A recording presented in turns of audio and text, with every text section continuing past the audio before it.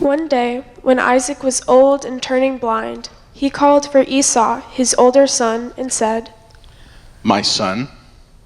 "Yes, father." Esau replied, "I'm an old man now, and I don't know when I may die. Take your bow and a quiver full of arrows, and go out into the open country to hunt some wild game for me. Prepare my favorite dish, and bring it here for me to eat. Then I will pronounce the blessing that belongs to you, my firstborn son, before I die." But Rebekah overheard what Isaac had said to his son Esau.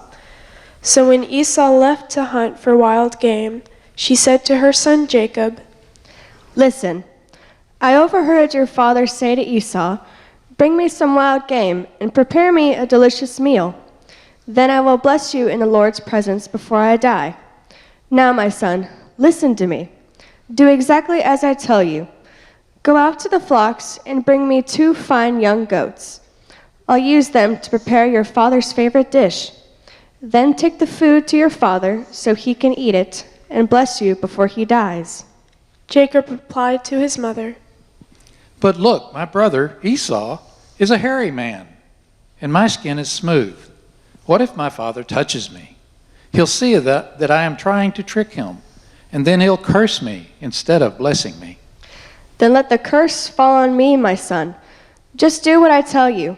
Go out and get the goats for me."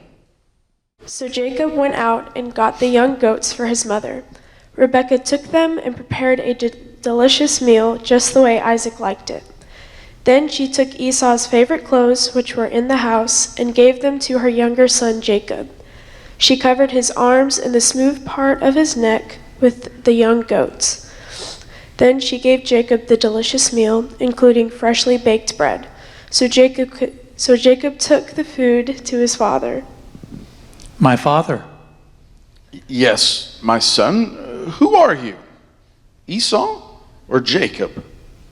"It's Esau, your firstborn son. I've done as you've told me. Here's the wild game. Now sit up and eat, so you can give me your blessing." "How did you find it so quickly, my son?"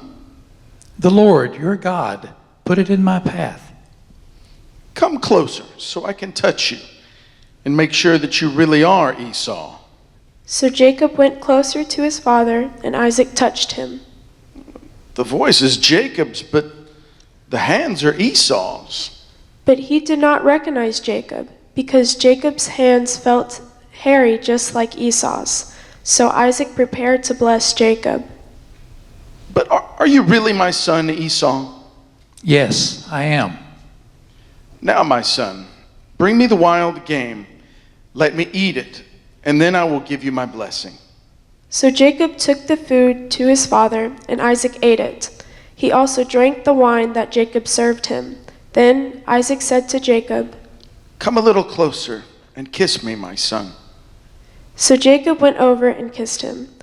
And when Isaac caught the smell of his clothes, he was finally convinced, and he blessed his son.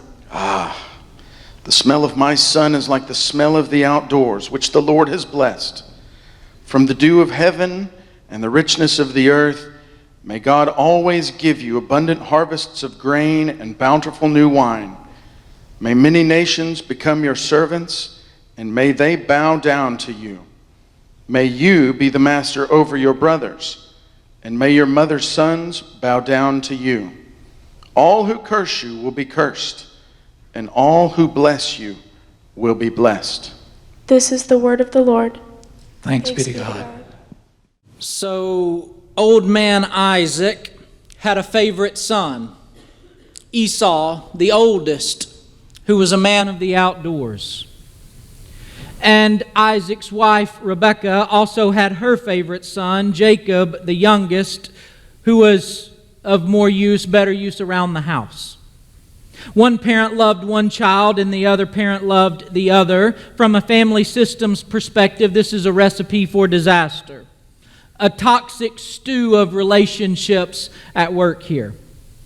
In Genesis, the connections between the generations are pretty intimate. Virtues and faith trickle down the generations, as do vice and dysfunction as well. You know how it is. You've seen it and I've seen it. So much of our lives is lived in some response to our parents. Either internalizing what they taught us through the years from our earliest days, or becoming more like them to our chagrin subtly over time, or swinging the pendulum the other way as far as we possibly can in some direction. When I was working on my doctorate, one of the things I had to study in depth was family systems, how the system of a home, or you could broaden it out and talk about a business or church, how systems impact every participant who's living within that system.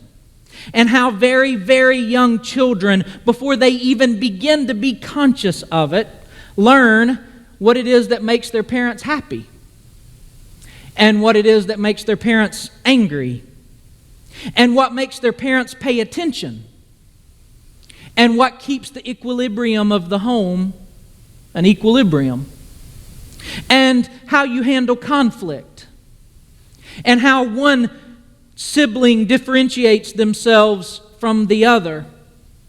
All of these things we internalize and intuit from a very, very young age, and the way we learn to make our way in our homes, according to family systems theory, is how we try to make our way in the world. This isn't something we talk about enough in our culture with our hyper-focus on individualism, but so much of life is inherited. And I'm not just talking about stuff. When the story begins, Isaac had his favorite son and Rebekah had hers. You get the feeling that the shadows are getting a pretty firm grip on the plot here. Isaac, by the beginning of this story, is a very, very old man, and it feels like he could sense the dusk of his death approaching, and so he felt it was the right time to grant the blessing upon his son. He called Esau into his bedroom, put his Coke bottle glasses on and his hearing aids and teeth in, and said to Esau, "Would you go kill some game so that we can prepare my favorite dish for my last meal? And then I will give you my blessing." And so Esau headed out to fetch it. But Rebekah overheard the conversation in the home and wasn't about to leave her precious son Jacob out of the blessing, and so she hatched a plan with Jacob. "You go out in the backyard and kill a couple of goats out of the herds. Come in, I'll prepare your father's favorite dish. We'll put goat skins on your arms, and you will be the recipient of the blessing." Jacob begins to think about all the ways this could go wrong, but Rebekah says to him, "Don't worry, I will take the heat. Your father will never know. He's too old to know. But if something bad happens, I will take the heat for this." And so they hatched the plan, and everything worked accordingly. Jacob killed the goats. Rebekah prepared the meal, put the goat skins on Jacob's arms, and Jacob went into his father's bedroom and says, "Your meal is ready." And with his senses dulled with age, Isaac ate the meal after only a couple of questions, and he blessed Jacob, believing him to be Esau. And when Esau did in fact return home, he and Isaac realized what had happened. They had been had. And they wept together, father and son, and Esau was furious, spitting nails, and Jacob hit the road, running for his life. The one who received the blessing was now trying to save his own skin, and the favoritism of the parents had mutated into the animosity between the siblings. Now, there is much about this story we struggle to understand. Like, why couldn't Esau just rescind the blessing? We have recalls in our day when something goes wrong. Just recall the thing and then give it to Esau. But what we have to keep in mind is that from the ancient Hebrew perspective, words don't describe reality, which is the way we think of it. In the Hebrew mindset, words create reality. Words speak things into existence. That's not how we modern Westerners think about it. We think reality is out there, and then we come up with names that describe things that already exist, whether we name them or not. But in the Hebrew mindset, think the creation story. God's words, our words, speak reality into existence and cannot be rescinded after we say them. And so when you bless someone with your words, they're blessed. And when you curse someone, there's also some of these stories in the Bible. When you curse someone, that also cannot be rescinded. This is so because our words shape reality. And part of me wishes we could recover some of that in our culture, of how the ways we talk shape our life together, for better or worse. And so this couldn't just be taken back after it was spoken. And then I ask myself, why couldn't there be multiple blessings? Just bless both of them. You have 2 sons. Give them both your blessing. But in an era of real scarcity that's hard for us to imagine, there was only so much blessing to go around. And so it was usually reserved for the oldest child, who bore the brunt of the care and the leadership of the home as the parents aged. So there was only one blessing to go around. But while these parts of the story might seem a little strange to our way of thinking, there is one part of the story that is quite common in our day, and we see it nearly everywhere we look, and that's the idea of blessings and blessedness. A few years ago, my family and I walked out of a restaurant here in town and parked next to our vehicle. In the parking spot right next to us was a sleek, silver, brand new Mustang. I had to take a photo of it, not because it was a new, sleek, silver Mustang, but because it was a Mustang of faith. It was a religious Mustang. Written across the breadth of the front doors were large letters, Jesus. The doors said Jesus. And in the front bumpers, the front bumper right above the front tires, it read the phrase, Holy Roller. And on the back bumpers, above the back tires, it had the name of the church printed and the slogan of the church. And the license plate on the back of that sleek silver Mustang read, Blessed. Truett, who was quite young at that time, said, Dad, why don't you have a car like that? I said, I'm not blessed, I guess. You hear that word, that language, that family of words nearly everywhere you turn today if you're paying attention. It's one of the most trendy hashtags of our day, hashtag blessed. It comes up in small talk, she is such a blessing. You hear it nearly every time someone sneezes, bless you. By the way, do you know where that comes from historically, why we say bless you when someone sneezes? I recently learned this. This is worth coming to church on a Sunday morning.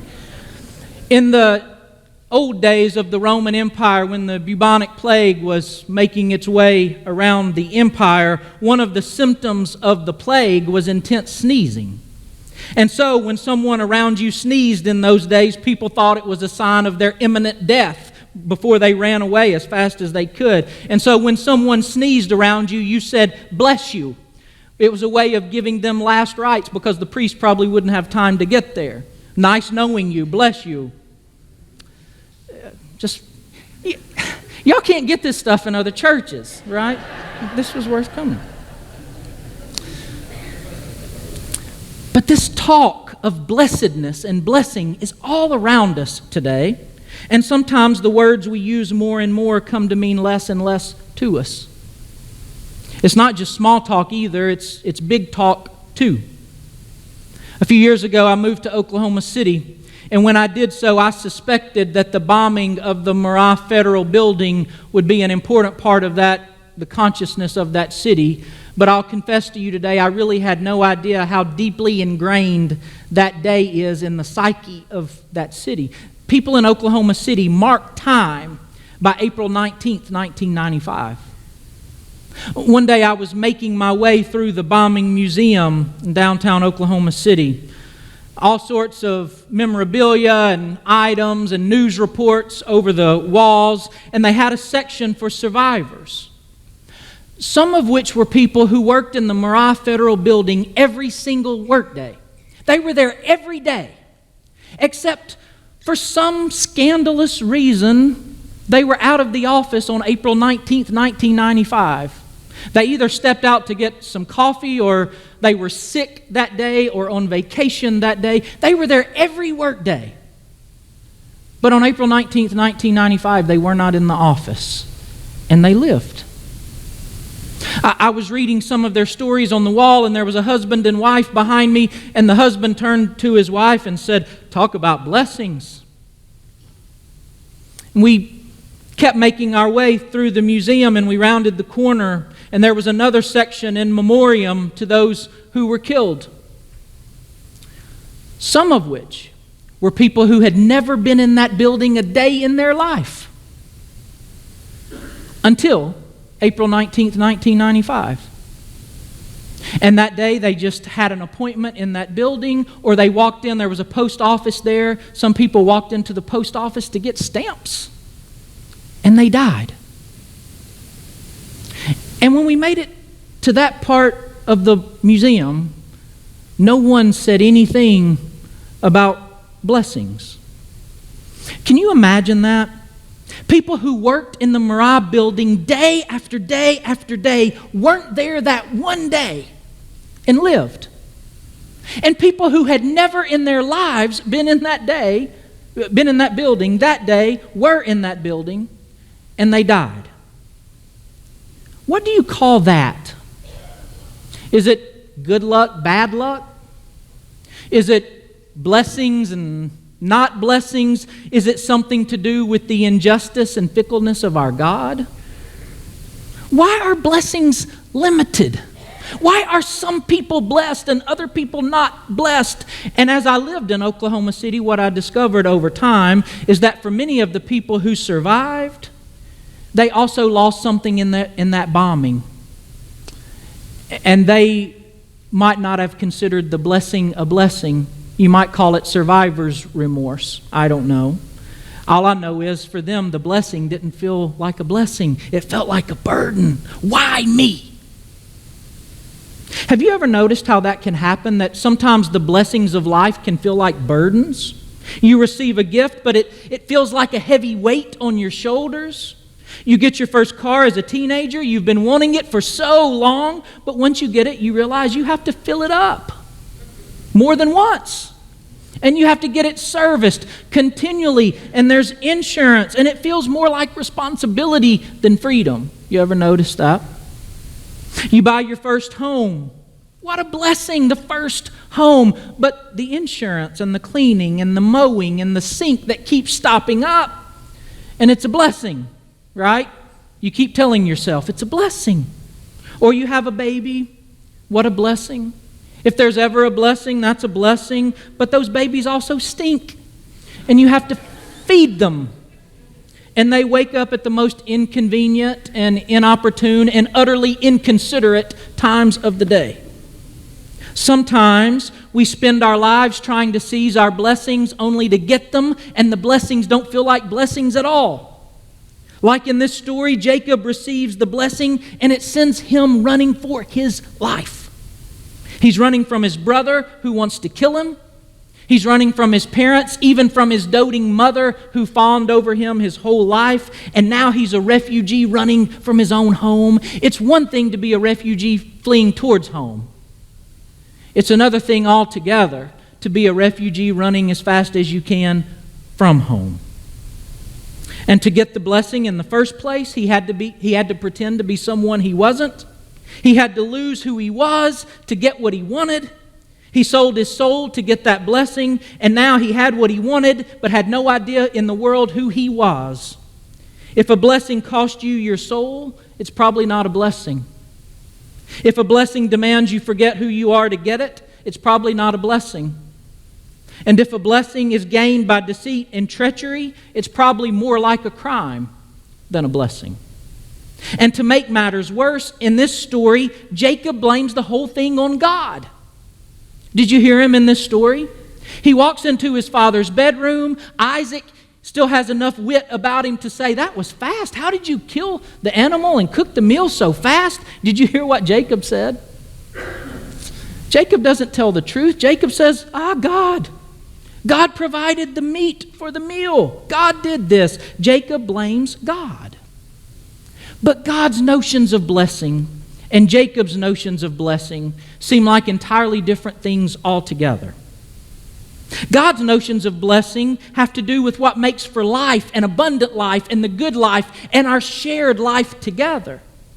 For example, in the creation account, when God makes the animals, Genesis 1 says God blessed them, which is to say God gave those animals everything they needed to be fully and abundantly alive.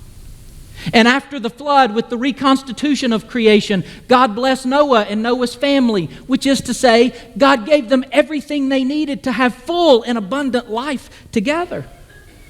And then later in Genesis, when God blesses Abraham, the text says that the Lord said to Abraham, I will bless you so that, this is the part we fail to read, I will bless you so that all the nations, all the peoples of the earth will be blessed. It's a particular blessing for a universal effect, and this is where we've missed the mark on all this blessing talk in our day. When the rich of our culture celebrate their blessedness without thinking of how their blessings can bless, then that accumulation of wealth is hardly a blessing at that point. It's an injustice. When those in political power think that power is a divine right that should be lorded over people, not shared with people, then that power is not a blessing at that point. It's a burden on everyone. When people see their blessings as something to be hoarded, not something to be shared, then they lose their own souls in the process, and the blessings don't bless. And brothers and sisters, this is what we've inherited from our forebears. The notion that more is always and under any circumstance better. More is better. We've inherited the belief that we just pull ourselves up by our bootstraps with no thought towards God or neighbor or creation. We just pull ourselves up by our bootstraps, which, by the way, if you think about, cannot physically be done. It is impossible for anyone to pull themselves up by their bootstraps. We need someone else to pull us up by our bootstraps. We've inherited the practice of getting what we can get at the expense of losing who we are in the process, or exploiting whom we can exploit, which seems to be a pattern for Jacob. You might have noticed at this point. In the previous story, he exploits Esau's hunger. In this story, he exploits his father's old age. And thus, we've inherited a society in which wealth is unimaginable and the blessings are seemingly illimitable. And yet, we have hungry children. We have a political system in which large corporations, which are now considered to have the rights of people, can hire lobbyists and funnel millions of dollars into the process so that their voice yells in Washington while the voice of the people whispers in Washington. We have people working their fingers to the bone who are not lazy, who are working multiple jobs, who have so little to show for it, while those at the top make untold amounts of money. The blessings are for the few, the Jacobs. But what about all the Esau's? What do you call that? So many of the things that we count as blessings in our culture are just our own self-deception, with goat hair on our souls and our narcissism and greed blamed on God. I think that's the appeal of the blessing talk, is I can cover my greed with the language of blessing, and in essence, I'm blaming it on God. So many people see blessings as that which God gives individuals, and they miss the entire biblical notion that blessings is what God gives all creation for our shared life together. And so many of the things that God gives us to make life abundant, we have used in such ways that make deathliness more abundant. Which is why Jesus turned the whole idea of blessing and blessedness on its head. Do you remember Jesus' most famous sermon? Blessed, it starts this way. Blessed, hear that word, he repeats it. Blessed are the poor in spirit, for theirs is the kingdom of heaven. Now, what group of sane people could make any sense of that? How is that true? unless we totally rethink what we mean by blessing and blessedness. The best I can come up with is this: buckle your seatbelts. It's really profound. Get ready. When blessings don't bless, they're not blessings. Can I say that one more time? When blessings don't bless, they're not blessings. Maybe I could get you to say that with me this morning. When blessings don't bless, they're not blessings. Let's pray.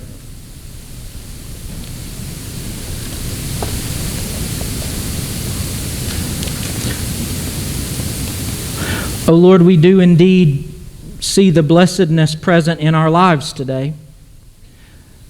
Recognizing that the good things in our lives are not because we earned them, but because you gave them. We also recognize how we can abuse those blessings to the point that they are not blessings, but become harmful, disrupt families, create chasms between the generations, create a blessed few and a cursed many. So make us wise today as we come to the table, so that our blessings bless. In the name of you, the great blesser. And all God's people said,